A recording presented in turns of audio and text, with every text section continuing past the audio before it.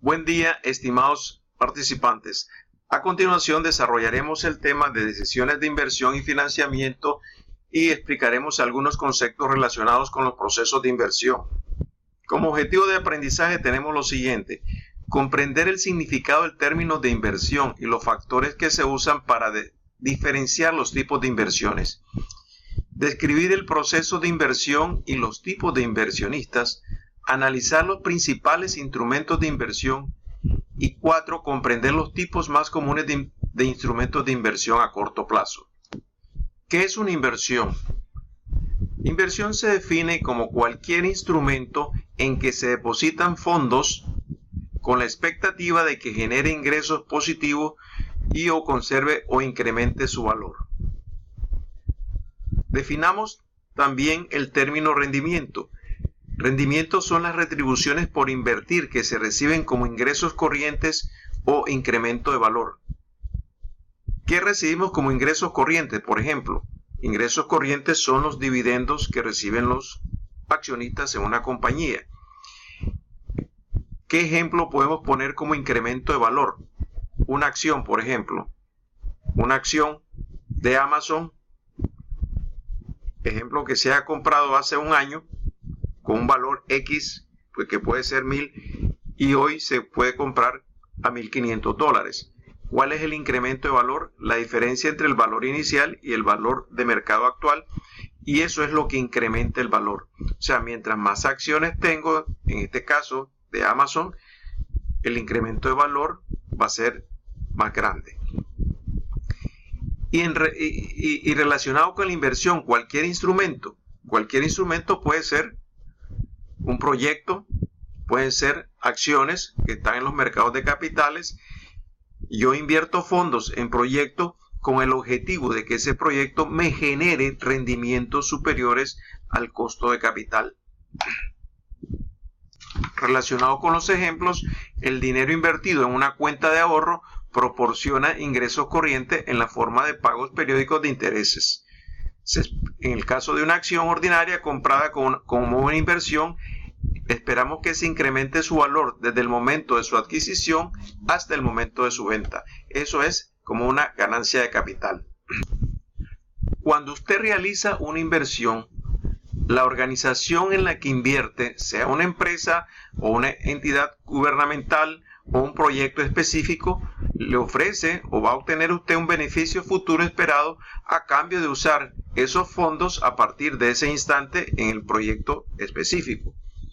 Ahora bien, definamos lo que es títulos o propiedad. Las inversiones que representan deuda o propiedad o el derecho legal a adquirir o vender una participación en la propiedad se conocen como títulos. Ahora bien, veamos ejemplos de títulos o propiedad. Títulos pueden ser acciones, bonos, que son emisiones de deuda que hacen las corporaciones, las empresas o los gobiernos, y opciones, que es otro instrumento de mercados de capitales que forman parte del mercado de derivados. Otros títulos, por supuesto, se clasifican como las propiedades, bienes raíces, tierra, edificios, y hay propiedades tangibles personales que pueden ser títulos como el oro, obras de arte y antigüedades. También las inversiones se pueden clasificar en directas o indirectas. La directa es cuando un inversionista adquiere directamente un derecho sobre un título o propiedad. El inversionista adquiere directamente el derecho sobre el título o propiedad. E indirecta es cuando el inversor invierte en un grupo de títulos o propiedades creadas comúnmente para satisfacer una o más metas de inversión. Los títulos o propiedades son administradas profesionalmente. Cuando es indirecta, cuando el inversor invierte en un grupo de títulos o acciones, pudiéramos decir, que se crean comúnmente con el fin de satisfacer una o más metas de inversión. Los títulos o propiedades son administradas profesionalmente por empresas especializadas en administración de fondos de inversión. Seguimos con los tipos de inversiones. En este caso tenemos la deuda, patrimonio neto o derivados financieros. ¿Qué es la deuda? Fondos prestados a cambio de recibir ingresos por intereses y el reembolso prometido del préstamo en una fecha futura. Un instrumento clásico de deuda usado normalmente por las corporaciones o empresas y los gobiernos son los bonos. Bonos básicamente son títulos de deuda. Patrimonio neto representa la participación continua en la propiedad de una empresa o posesión. Y en este caso estamos hablando de las acciones comunes, que es la participación continua en la propiedad de una empresa, de un grupo de personas o una persona en especial. Tenemos otro tipo de inversiones que son los derivados financieros, que no son ni deuda ni patrimonio. Su valor se deriva de un título o activo subyacente y posee características similares a este. En este caso mencionamos un ejemplo que es las opciones. La opción basa su valor en un valor determinado de otra acción. Bajo riesgo o alto riesgo. En realidad las inversiones pueden ser de alto o bajo riesgo. ¿Y qué cosa es el riesgo? El riesgo es la posibilidad de que los rendimientos reales de una inversión difieran de lo esperado. También las inversiones se clasifican en corto o largo plazo dependiendo de los periodos en que se vencen las mismas. A corto plazo se vencen en un año y los largo plazo son inversiones con vencimientos mayores a un año o sin ningún vencimiento en absoluto. Una inversión de largo plazo es un bono que normalmente tiene vencimiento promedio de 20 años. Veamos un poco sobre la estructura del proceso de inversión. El proceso de inversión reúne a proveedores que tienen fondos adicionales y demandantes que necesitan fondos. Con frecuencia, los proveedores y demandantes de fondos establecen contacto a través de una institución financiera o un mercado financiero. Ocasionalmente, sobre todo en las transacciones de propiedades, los compradores y vendedores negocian directamente entre sí. Para que haya el proceso de inversión, en este caso, tiene que haber un proveedor de fondos y un demandante de fondos. Las instituciones financieras son organizaciones que canalizan los ahorros de gobiernos, empresas e individuos a préstamos e inversiones. En este caso, por ejemplo, estamos hablando de instituciones financieras, estamos hablando de los bancos, estamos hablando de la banca de inversión, los cuales canalizan los ahorros de los gobiernos, las empresas e individuos para las inversiones. Los bancos y la compañía aseguradora son instituciones financieras. Las compañías aseguradoras son instituciones financieras. Los mercados financieros son foros en los que los proveedores y demandantes de fondos realizan transacciones financieras con frecuencia a través de intermediarios. En este caso incluye a los mercados de valores, mercancías y divisas. Estamos hablando de los mercados financieros en donde los proveedores y demandantes de fondos realizan transacciones financieras a través de intermediarios, dice. Estos intermediarios son los conocidos brokers. Veamos esquemáticamente el proceso de inversión. Tenemos acá el proceso de inversión. Tenemos todas las instituciones financieras que pueden ser intermediarios de fondos.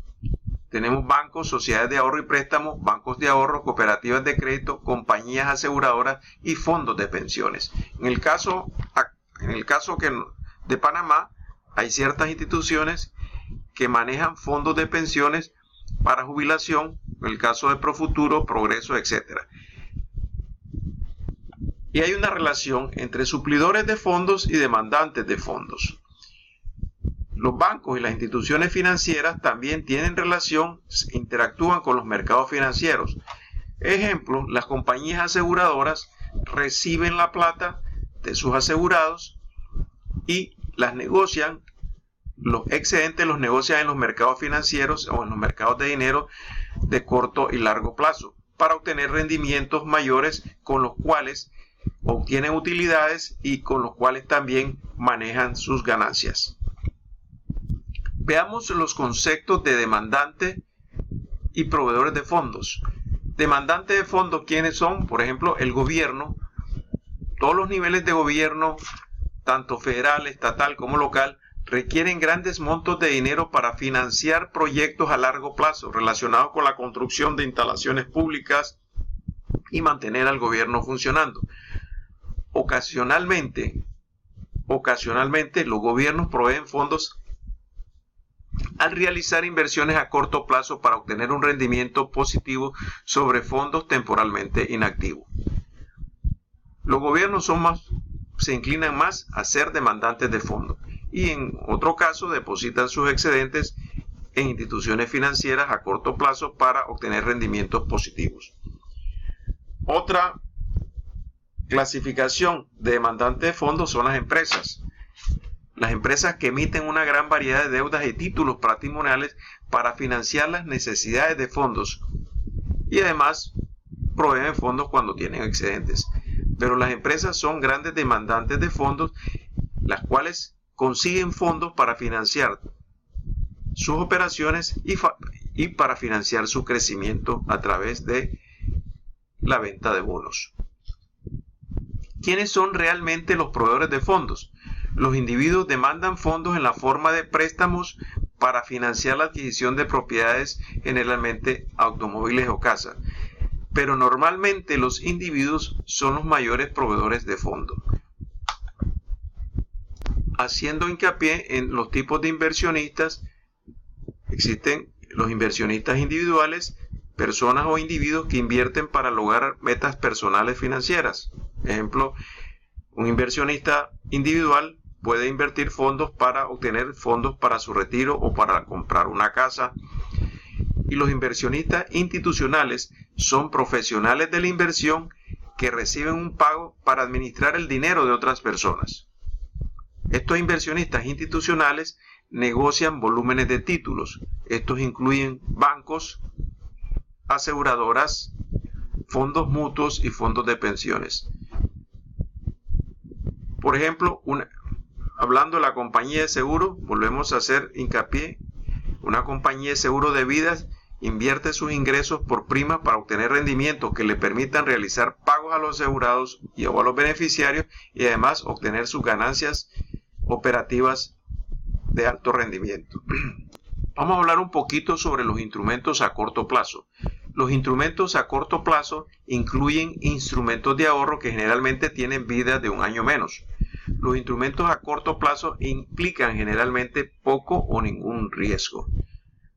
Los instrumentos a corto plazo también proporcionan liquidez, es decir, tienen la capacidad de convertirse en efectivo rápidamente con una pérdida de valor escasa o nula.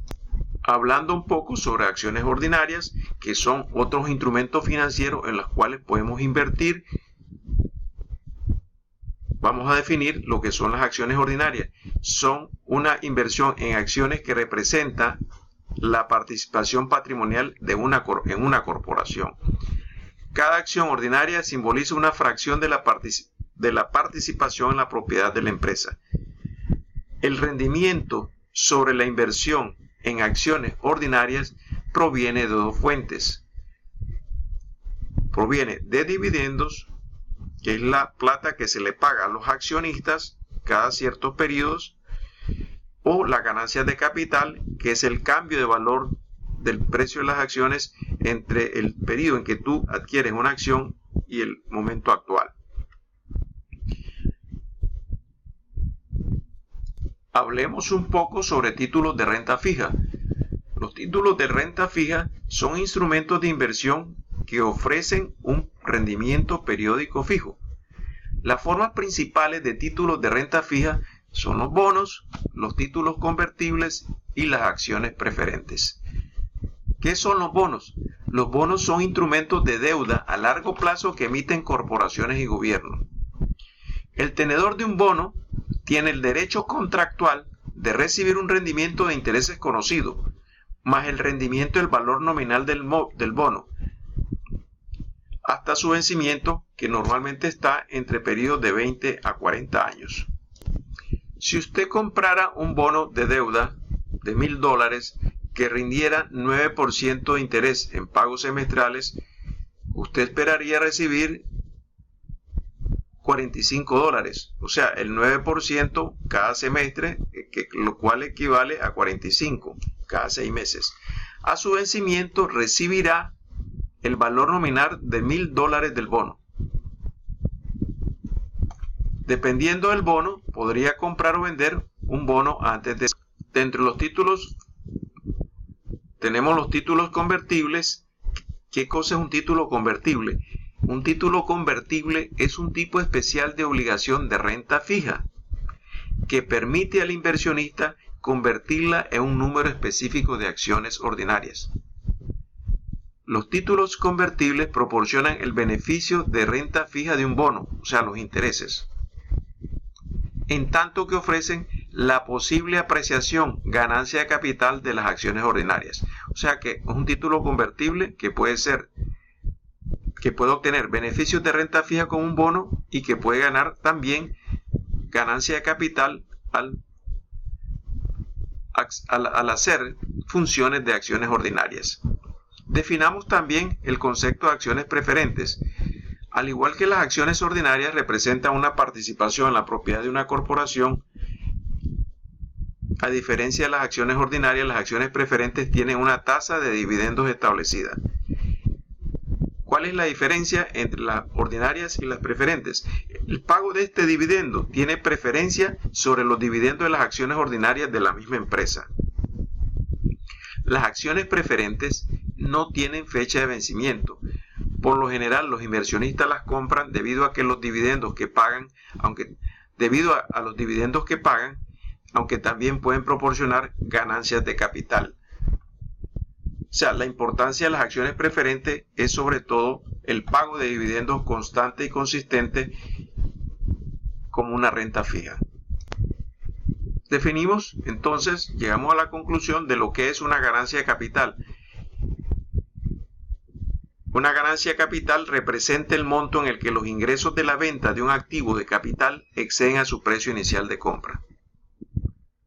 Compramos un activo en $100 y lo vendemos en 200, su ganancia de capital son 100. Una pérdida de capital, por supuesto, resulta cuando un activo de capital se vende a un precio menor que su precio inicial de compra.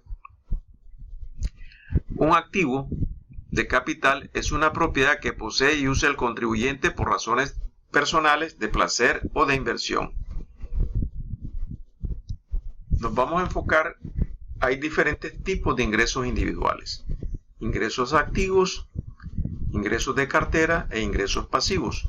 ¿Cuáles son los ingresos activos? Son los salarios, los bonos, propinas, etc. Los ingresos de cartera son los ingresos relacionados con las inversiones. Y en este capítulo, aquí, entran las acciones, los bonos, las opciones y los futuros. Los ingresos de cartera. Y los ingresos pasivos son ingresos de inversiones especiales, como alquiler de bienes raíces, royalty, sociedades limitadas, etc. Decisiones de inversión y las tasas de interés. ¿Cuál es la relación que existe cuando nosotros tomamos una decisión de inversión y las tasas de interés? Las tasas de interés son la variable más importante en la determinación de los rendimientos a los inversores por los bonos y valores de renta fija. Es importante tomar nota de que las tasas de interés y los precios de los bonos se mueven en direcciones opuestas. Si el interés sube, los precios de los bonos bajan. Si el interés baja, el precio de los bonos sube.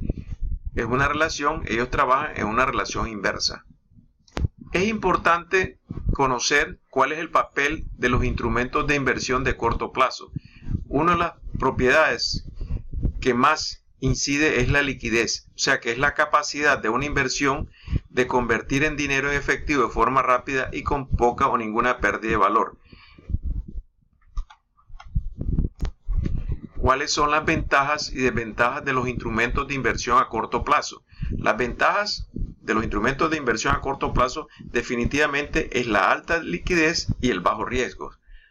Y las desventajas son que los rendimientos son demasiado bajos y tienen una pérdida de poder de compra por la inflación por la reducción de las tasas de interés. Vamos a complementar el concepto de vida económica de un proyecto de inversión. Por supuesto, entendiéndose que un proyecto de inversión es una decisión de inversión y por lo tanto es importante para nosotros conocer el concepto de vida económica del proyecto. La vida del proyecto se refiere a la vida de servicio del proyecto, pudiendo ser esta vida física, tecnológica y de venta. Por vida física se entiende el lapso en que materialmente será útil el activo a la empresa o el proyecto en general.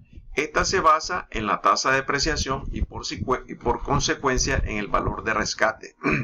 Esa es la vida física. La vida tecnológica, por supuesto, corresponde al periodo de utilización del activo que principia al adquirirse y termina con su vida útil. Este es el estado producido por el desarrollo de una tecnología nueva más avanzada. O sea, cuando la vida tecnológica termina, cuando ya ese equipo, esa maquinaria se vuelve obsoleta porque sale una nueva tecnología más avanzada. ¿Y cuál es el concepto de vida de venta de un producto o de un proyecto cuando éste ha perdido mercado, estando esta relacionada con el activo que lo produce? Este tipo de vida útil es muy difícil de evaluar debido a la diversidad de variables como son la aceptación, la utilidad, el tipo de mercado, etc. A continuación, y siguiendo con el tema de decisiones de inversión, cuando estamos hablando de proyectos de inversión, vamos a identificar ciertos tópicos como lo son el estudio técnico, los flujos de beneficios y los costos de un proyecto de inversión. Vamos a partir del hecho de que ya el estudio de mercado fue desarrollado y arrojó resultados para una buena factibilidad del proyecto. Entonces, contemplamos la parte del estudio técnico. ¿En qué consiste el estudio técnico? En verificar la posibilidad técnica de la fabricación de un producto o la realización de un proyecto que se pretende desarrollar. ¿En qué se centra básicamente? En analizar y determinar el tamaño del proyecto, la localización del proyecto, la maquinaria, los equipos, las instalaciones y la organización de trabajo óptima requerida para realizar la producción o implementación de ese proyecto de inversión. Resumimos las fases que conforman el estudio técnico: análisis y determinación y localización óptima del proyecto, análisis y determinación del tamaño óptimo del proyecto, análisis de la disponibilidad y el costo de los suministros e insumos. Vamos a identificar los procesos y determinación de la organización humana y jurídica que se requiere para la correcta operación del proyecto. Identificamos los procesos, vemos la disponibilidad y costo de los suministros y finalmente determinamos el tipo de organización humana que requiere el proyecto.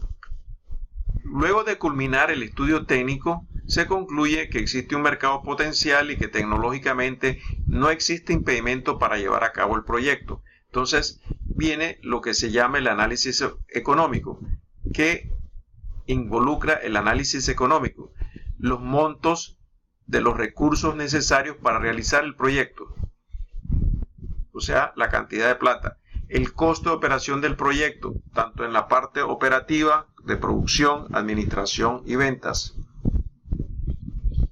¿Cuáles son los costos de producción? Identifiquemos los costos que vamos a incurrir en la parte productiva.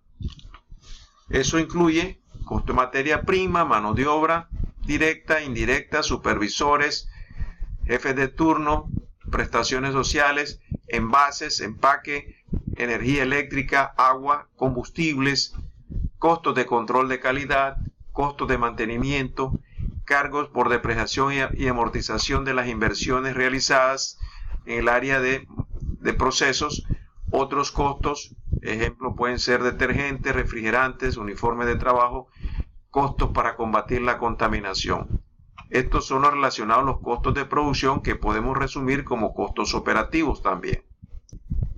Como costos de administración podemos enfocar los siguientes: sueldos del gerente, contadores, auxiliares, secretarias, gastos de oficina, gastos de direcciones de planeación, investigación y desarrollo, recursos humanos, finanzas, etc. Y la depreciación y amortización correspondiente. ¿Y qué datos son los que se incluyen en la inversión total inicial? La inversión inicial comprende la adquisición de todos los activos fijos o tangibles y los diferidos o intangibles necesarios para iniciar las operaciones de la empresa, con excepción del capital de trabajo. Vamos a definir también qué cosa es un activo tangible o fijo. Son los bienes propiedad de la empresa, como terrenos, edificios, maquinaria, equipo, mobiliario, vehículos, herramientas. Esos son los activos tangibles que se clasifican como inversión, parte de la inversión inicial.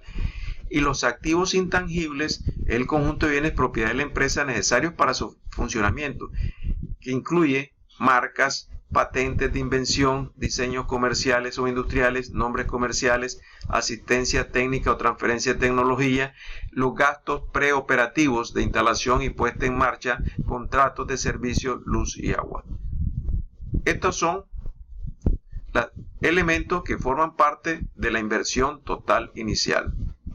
Luego tendremos los flujos de beneficios del proyecto de inversión, los cuales están divididos en dos partes. Tenemos los flujos de costos e ingresos, y por el otro lado tenemos el flujo neto.